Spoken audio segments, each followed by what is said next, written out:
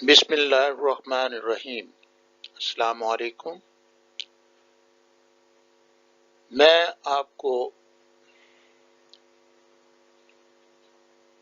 ये ज़ेरे मुतालिया properties of arithmetic means के बारे में बताने जा रहा हूँ।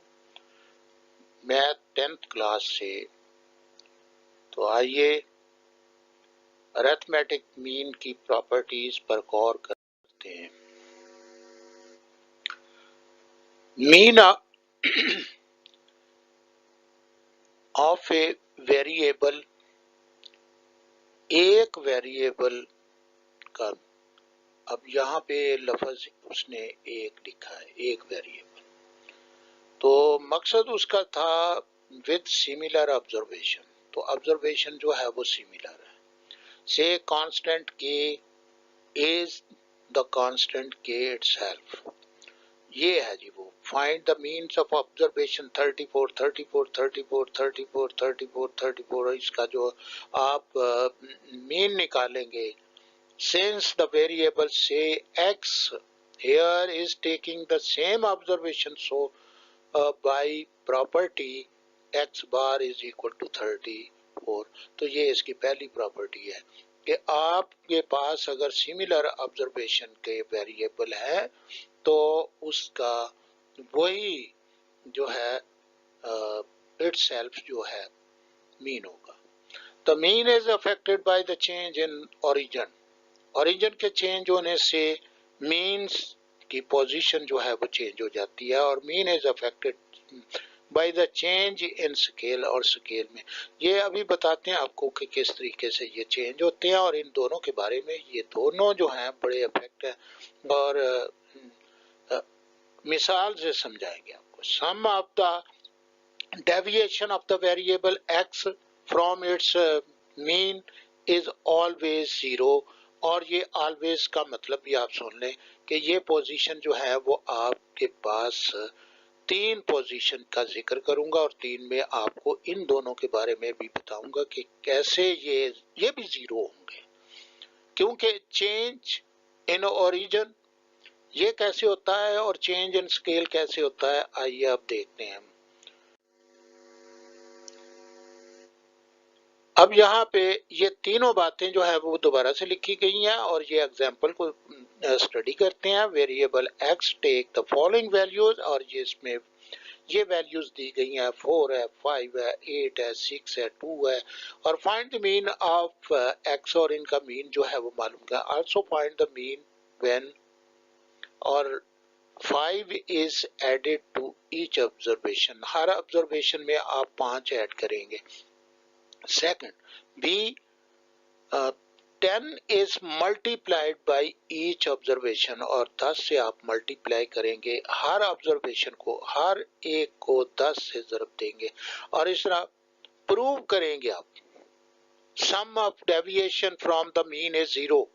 अब देखिए, ये जो mean is affected by the change in origin, और ये एडिंग से होता है। 5 is adding to each observation के जरिए जो है ये ओरिजिन चेंज होता है, और जबकि स्केल चेंज होती है मल्टीप्लिकेशन से, स्केल जो है वो चेंज होती है, तो ये स्केल जो है वो चेंज होगी। और इन तमाम पोजीशन के साथ आप ये बात देखेंगे, prove the sum of the deviation from the mean is zero, और ये जीरो निकाल कर आपको बताया जाएगा कि ये कैसे जीरो आया। देखिए सॉल्यूशन, गिवन वैल्यू x, तो ये x इज इक्वल टू 4 5 8 6 और 2 है जी। तो ये देखिए, ये x इज 4 5 8 6 एंड 2, ये x वैल्यूज हैं। नाउ अब हमने ये पोजीशन लिया, वो में इंट्रोड्यूस टू न्यू वेरिएबल, और नए वेरिएबल जो हैं वो y और z जो है वो ले रहे हैं under a and b respectively. यानी a के लिए हम y ले रहे हैं, और z के लिए जो है b कंसिडरेशन में ले रहे हैं। और इस तरह so we are given that a is y is equal to x plus 5, और ये एक पहला उसने क्वेश्चन किया था। बी उसने क्वेश्चन ये किया था कि z is equal to 10x यानी 10 से मल्टीप्लाई करना है। तो आइए हम देखते हैं ये टेबल में हमने कैसे किया। ये हमारी x वैल्यू थी, सिग्मा x निकाला 25 है, 5 इसकी मतलब ये मुशाहिदात हैं, ऑब्जर्वेशंस हैं। तो नंबर ऑफ ऑब्जर्वेशन से हमने 25 को 5 से डिवाइड किया तो ये 5 आ गया, ये हमारा x बार। अब हमने ये किया कि y is equal to x plus 5 किया है, तो 4 में 5 किया 9 आ गया, 5 में 5 किया 10 आ गया, 8 में 5 किया 13 आ गया, 6 में 5 ऐड किया तो ये 11 आ गया और 2 में 7 आ गया। अब ये वैल्यू जो है सिग्मा वाई किया तो 50 आ गया, लेकिन ऑब्जर्वेशन आपकी तादाद जो है वो 5 ही है, तो 5 से हमने डिवाइड किया तो वाई बार जो है यानी ये मीन जो निकाला गया वो 10 आ गया। तो अब उसके बाद थर्ड जो है वो 10 से मल्टीप्लाई करना है x को, और इस x को आपने 4 को 10 से तो ये 40 आ गया, और इसी तरह ये 5 को 50 आ गया, और 8 से 80 आ गया, और 6 से 60 हो गया, और 2 से 20 हो गया। और यहाँ पे आपने सिग्मा z निकाला, ये 250 हासिल हुआ, और z बार निकालने के बाद जो है 250 को 5 से, क्योंकि ये 5 ही तादाद में ऑब्जर्वेशंस है तो 50 इसका मीन निकला। अब आप देखिए आपके पास ये 3 मीन है, एक x बार है, एक y बार है और z बार है। इस तरह आपने देखा कि ये मीन जो है वो चेंज हो रहे हैं। तो ये इनकी जो तब्दीली आपने ऑब्जर्व की है, एक तो पहली बात तो ये होगी कि मीन जो है वो चेंज हुआ, यानी इस सूरत में चेंज हुआ है, ओरिजिन चेंज यहाँ पे जो इस लिहाज से आया है ओरिजिन इसका चेंज होगा, और जो इसका ये स्केल की चेंजेस जो है वो करे तो फिर भी ये जो मीन है अफेक्ट हुआ है। ये दो तरह से अफेक्ट हुआ है, ओरिजिन चेंज करने से और दूसरा स्केल चेंज करने से। स्केल मल्टीप्लाई से चेंज होता, ओरिजिन प्लस करने से, कोई एक नंबर प्लस कर दें तो चेंज हो जाता। तो आइए अब देखते हैं, हम इस लास्ट बात पे देखते हैं, वो ये कि एक्स बार है, इस एक्स बार में हमारा 5 नंबर है, तो x माइनस एक्स बार करते हैं तो क्या आएगा, 5 माइनस ये 4 माइनस 5 किया तो -1 आ गया, तो 5 माइनस 5 तो 0 आ गया, और उसके बाद ये 8 माइनस 5 किया तो ये 3 आ गया, 6 माइनस अब ये 5 किया तो ये 1 आ गया, और फिर 2 माइनस 3 किया तो -3 आ गया। अब इनको ऐड करें तो आपके पास ये सिग्मा x माइनस एक्स बार जो है वो ये है डेविएशन आपका, और डेविएशन जो है वो 0 आएगा। अगर आप इसको ले, गौर कीजिए यहाँ इस कॉलम में जिसमें सिग्मा y 50 है तो उसका जो मीन आया वो 10 है, तो यहाँ पे 9 माइनस 10 करें तो -1 ही आ रहा है।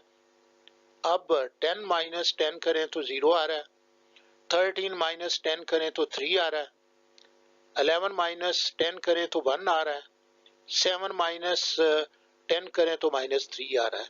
अब देखिए फिर अगेन आप ये हासिल करेंगे कि ये 0 होगा। अब इसमें मल्टीप्लाई वाले में देखते हैं, यहाँ पे z is equal to 10x के मुताबिक जो है ये 50 आ रहा है, इसका मीन 50 इस कॉलम में आप ऑब्जर्व कर रहे हैं। तो आइए देखते हैं कैसे ये जो है 10, जाहिर है कि इसे आप 50 40 माइनस 10 50 करेंगे तो ये 10 हो जाएगा, -10 हो जाएगा। 50 माइनस 50 करेंगे तो ये 0 हो जाता। अब 80 माइनस 50 करेंगे तो 30 हो जाएगा, और यहाँ पे 60 माइनस 50 करेंगे तो ये 10 हो जाता। 20 माइनस 50 करेंगे तो -30 हो जाएगा। लेकिन आप इसको ऐड करेंगे तो ऐड करने के बाद आप अगेन 0 ही हासिल करेंगे। तो देखिए ये बात किस तरीके से कही गई है, वो उसने वाज़े तौर पर बात जो है वो बता दी है कि इस तरह आप ये देखिए जी, which shows that the mean is affected by change in origin and scale। origin change हुआ है जब हमने 5 प्लस किया था, ये है जी, x प्लस 5 किया। स्केल उस वक्त चेंज होता है जब आपने किसी नंबर से मल्टीप्लाई किया। From the last column of the table we note, ये लास्ट कॉलम है, इससे हम नोट करते हैं कि sigma x minus x bar is equal to 0।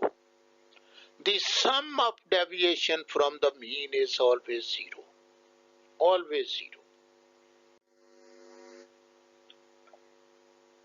अब हम कुछ और कैलकुलेशन भी लेना चाहते हैं जो लास्ट पे आपके दिया हुआ है। तो weighted mean and moving average. The weighted arithmetic mean, the relative importance of a number is called its weight. When numbers x1, x2, dash dash xn are not equally important, we associate them with a certain weight। हम इस weight से उनको मुंसलिक करते हैं। तो ये W1 है, W2 है, W3 है, WN तक जो है ये हम जाते हैं depending on the importance and significance. तो ये इनकी इम्पोर्टेंस है। अब इसका फार्मूला वाज़े तौर पर अरिथमेटिक मीन है x बार W, ये निकालना आपने। तो ये वेट को आपने W1 x1 से मल्टीप्लाई करके प्लस करेंगे अप टू, और ये सब सिग्मा WX जो है वो निकाल लेंगे। और इस तरीके से जब हम W1, W2 और डैश डैश WN इसको ऐड करने के बाद जो है ये सिग्मा W से आप डिवाइड कर देंगे, तो ये वेटेड अरिथमेटिक मीन है। आइए एग्जांपल से समझते हैं। The following table gives the monthly earning and the number of workers in a factory. Compute the weighted average. अब number of employees are treated as the weight and the monthly earning as the variable x, यानी हर एक की जो monthly earning है वो बताई गई है। तो यहाँ हम ये देखते हैं कि ये नंबर ऑफ एम्प्लॉइज हैं और ये इनकी अर्निंग है हर एक की। तो 4 एम्प्लॉय जो है वो 800 पर हेड ले रहा है, तो इस तरह इसे मल्टीप्लाई कर देंगे तो XW ये 3200 जो है वो हो जाएगा। तो इसी तरीके से आपने 22 को 45 से तो 990 जो है ये आ जाएगा। 20 को आप 100 से तो 100 जो है ये आ गया। 30 को आप 30 से तो 900 आ गया, और इसी तरह 80 को आप 35 से तो 2800 जो है ये आ जाएगा। 300 को आप 15 से तो 4500 जो आ जाता है। तो sigma XW is equal to 14,319 आ गया है। और सिग्मा W जो इसके वर्क एम्प्लॉइज है, वर्कर्स है, तो इनको आपने ऐड किया तो ये सिग्मा W 456 आ गया। तो आइए इसका फार्मूला लगाते हैं और x बार W जो है वो निकालते हैं। Sigma XW divided by sigma F. अब ये जो सिग्मा एक्स डब्ल्यू है ये 14,390 है और डिवाइडेड बाई 456 से आप डिवाइड करते हैं तो इस तरह 31.5 रुपीज जो है ये एक एम्प्लॉय के आ जाएंगे और इसको हम जो नाम दे रहे हैं वेटेड एवरेज, इसे वेटेड एवरेज कहते हैं। अब हम मूविंग एवरेज की तरफ जाते हैं। तो moving average are defined as the successive average arithmetic means. अब ये सक्सेसिव एवरेज कहते हैं और which are computed for a sequence of the day, month, years at a time. If we want to find the 3 days moving, अब ये मिसाल दिया कि अगर हम चाहते हैं कि 3 days moving average, we find the average of the first 3 days, then dropping the first day, और पहले दिन को छोड़ देंगे, आगे 3 दिन जो है वो उसको ऐड कर लेंगे सक्सीडिंग डेज। तो उस तरीके से प्लेसिंग द एवरेज ऑफ। आइए देखते हैं कि अब आप इस बात को पूरी तरह जो है वो समझ लेंगे कि किस तरीके से है। मिसाल से इसकी समझ जो है वो आपको आ जाएगी। Calculate the 3 days moving average for the following record of the attendance. अब ये देखिए जो वीक है ये पहला वीक है, ये दूसरा चौथा जो भी वीक है पूरा वीक जो है दिया गया। इसमें Sunday, Monday, Tuesday, Wednesday, Thursday, Friday, Saturday दिया गया और ये इनकी अटेंडेंस जो है वो शो की गई है। 24 है, 55 है, 28 है, 45 है, 51 है, 54 है और 60 है। तो ये इनकी अटेंडेंस। आइए इसको कैलकुलेट करते हैं। तो वीक एंड डेज जो है ये दिए गए, अटेंडेंस हमारे पास ये है। अब हमने ये करना है जी 3 दिन के 3 डेज के हिसाब से अपने जो है मूविंग एवरेज जो है वो निकालनी है। तो 24, 55 और 28 इन तीनों को ऐड किया तो हमारे पास ये 107 आ जाता है। तो इसको हमने इस 55 के आगे लिखना है और पहले को छोड़ देना है।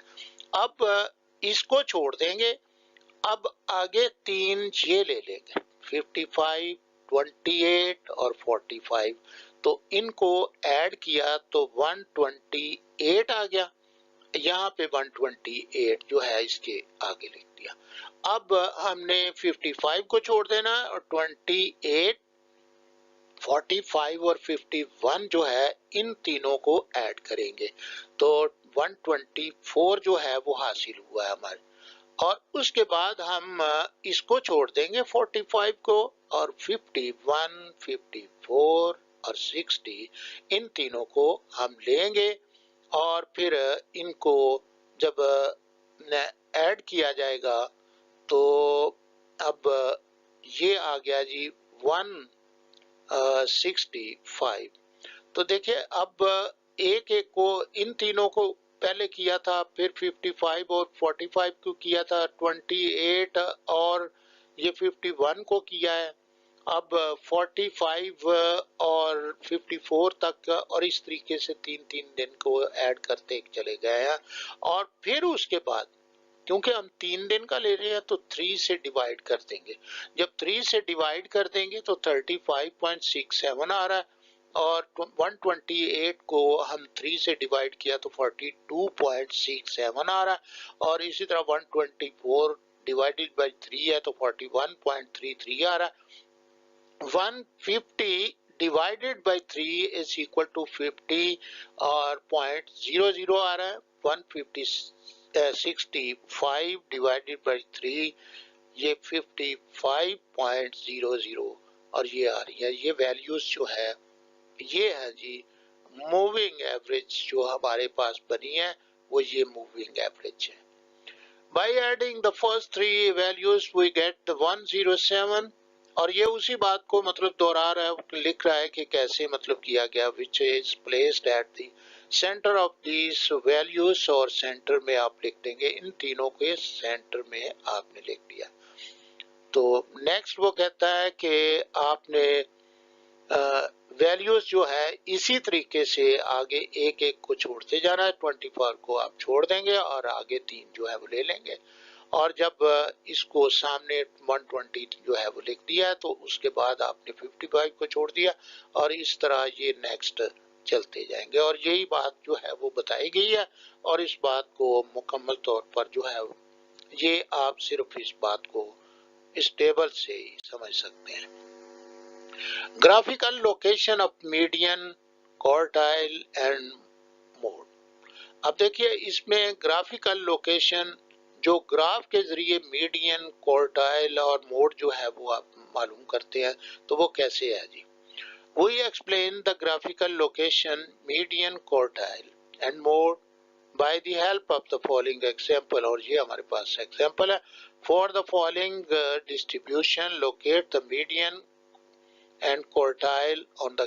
सबसे पहले हम मीडियन और क्वार्टाइल क्यों लेंगे, और ये हमारे पास जो है क्लास बाउंड्रीज जिस तरीके से लगी है और क्यूमुलेटिव फ्रीक्वेंसी के अगेंस्ट, ये आप बखूबी इससे पहले जो है इसके बारे में जान चुके हैं ये कैसे है। लेस देन 120 जो है 0 है, लेस देन 130 जो है वो 12 है, लेस देन 140 जो है वो 27 एंड सो ऑन। ये सारी बातें लिखी हुई हैं। तो आइए ग्राफ बनाते हैं। तो ये ग्राफ बन गया। देखिए ग्राफ जो है स्केल के मुताबिक, इस स्केल को भी हमने लेना है कि स्केल किस तरीके से होगा, और ये जो यहाँ पे क्लास बाउंड्री जो है वो उनको आपने इस हिसाब से एंटर कर दिया, और ये लगाने के बाद क्यूमुलेटिव फ्रीक्वेंसी जो है वो उसे आप यहाँ पर प्लॉट करते जाएंगे, और इनके अगेंस्ट ये तमाम फ्रीक्वेंसी जो है वो ये ग्राफ बन गया। जब ये ग्राफ बन जाए, locate the median and quartile, और ये ग्राफ आपने पहले भी बनाया और इसको पॉलीगॉन कहते हैं, और ऑगिव या पॉलीगॉन जो है क्यूमुलेटिव फ्रीक्वेंसी के लिए ये है पॉलीगॉन बनाया गया। और इस पॉलीगॉन से हम कैसे लोकेट करें, फाइंडिंग द Q1 यानी क्वार्टाइल 1 निकालने के लिए find the n/4 value observation जो है विच इज 82/4। अब यहाँ पे उसने n जो है वो हमें मालूम है कि 82/4 जो है करेंगे, तो ये आपने ये देखा है कि फ्रीक्वेंसी जो है ये 82 है, तो 82 फ्रीक्वेंसी वो तादाद होती है ऑब्जर्वेशन की, और उस तादाद को n भी कहते हैं। तो यहाँ पर 4 से डिवाइड किया तो 20.5 जो है ये आ गया।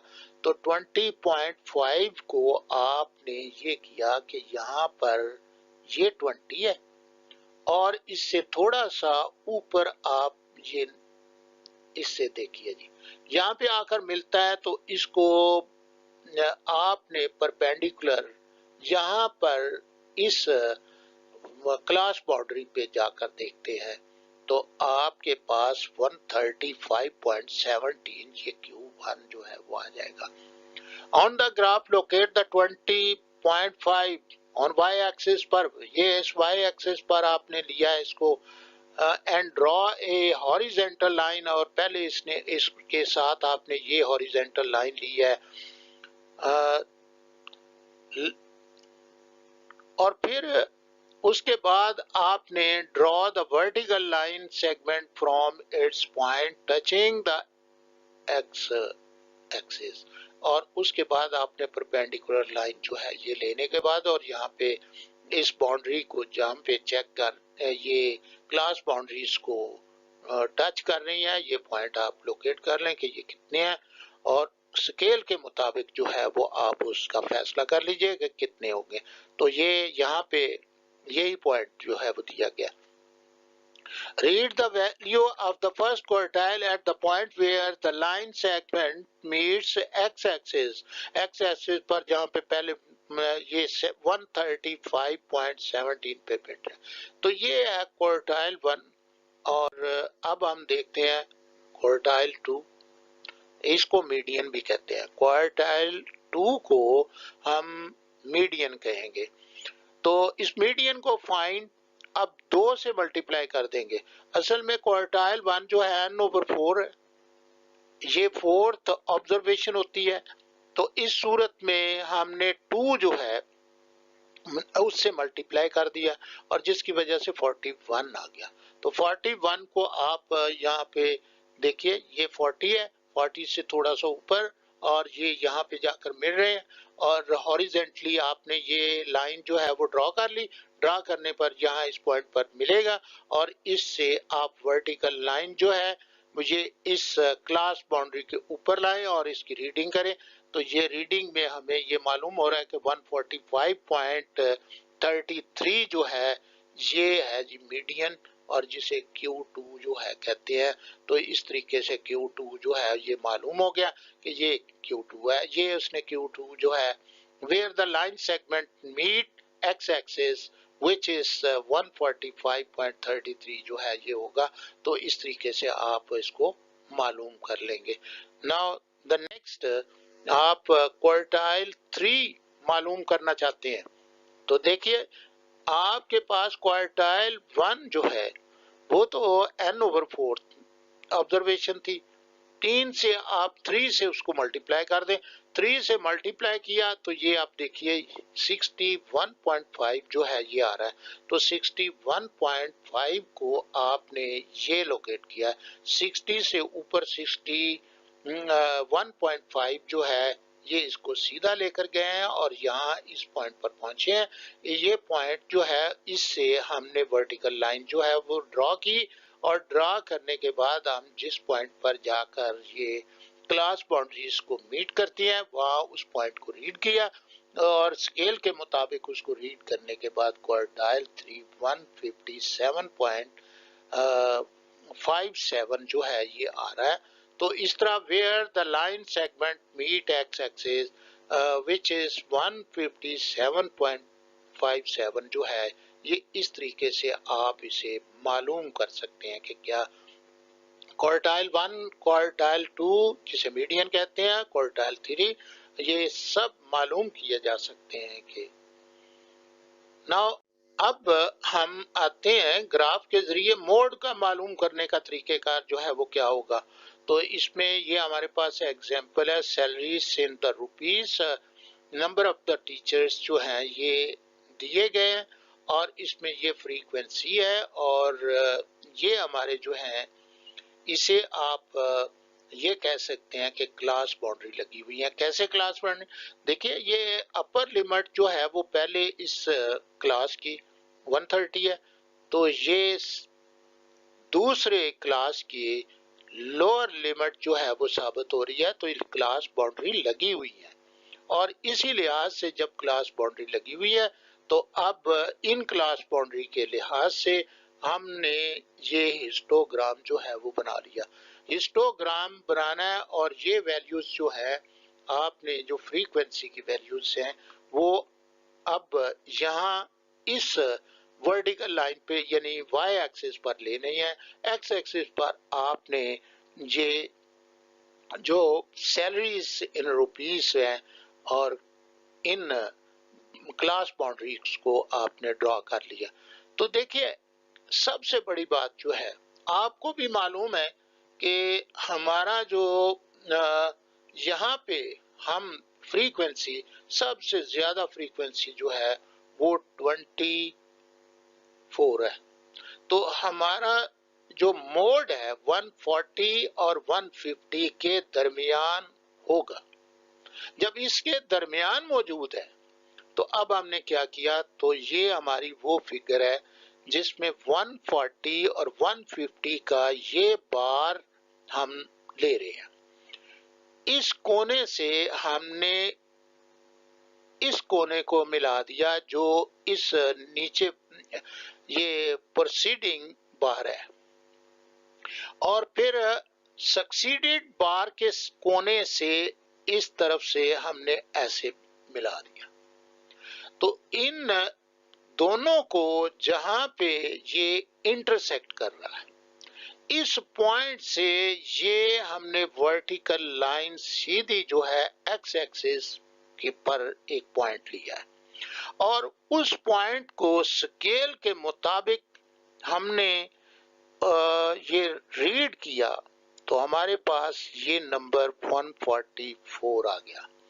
अब हम कह सकते हैं कि हमारा मोड जो है वो 140 है। Read the value at the point where the perpendicular meet the x axis, this is the mode of data which is 144। तो ये है जी इस तरीकेकार जो मोड मालूम करने का ग्राफ के जरिए कि कैसे हम ये हिस्टोग्राम से मालूम किया जाता है। और वैसे भी आपको मालूम है कि मोड कहाँ होता है, ग्रुप डेटा के अंदर 24 जहाँ पे हाईएस्ट फ्रीक्वेंसी मौजूद होती है उस ग्रुप के अंदर ये ग्रुप जो है ये मोड ग्रुप है और इसके अंदर ये वैल्यू मौजूद होगी। Thank you very much. अस्सलाम।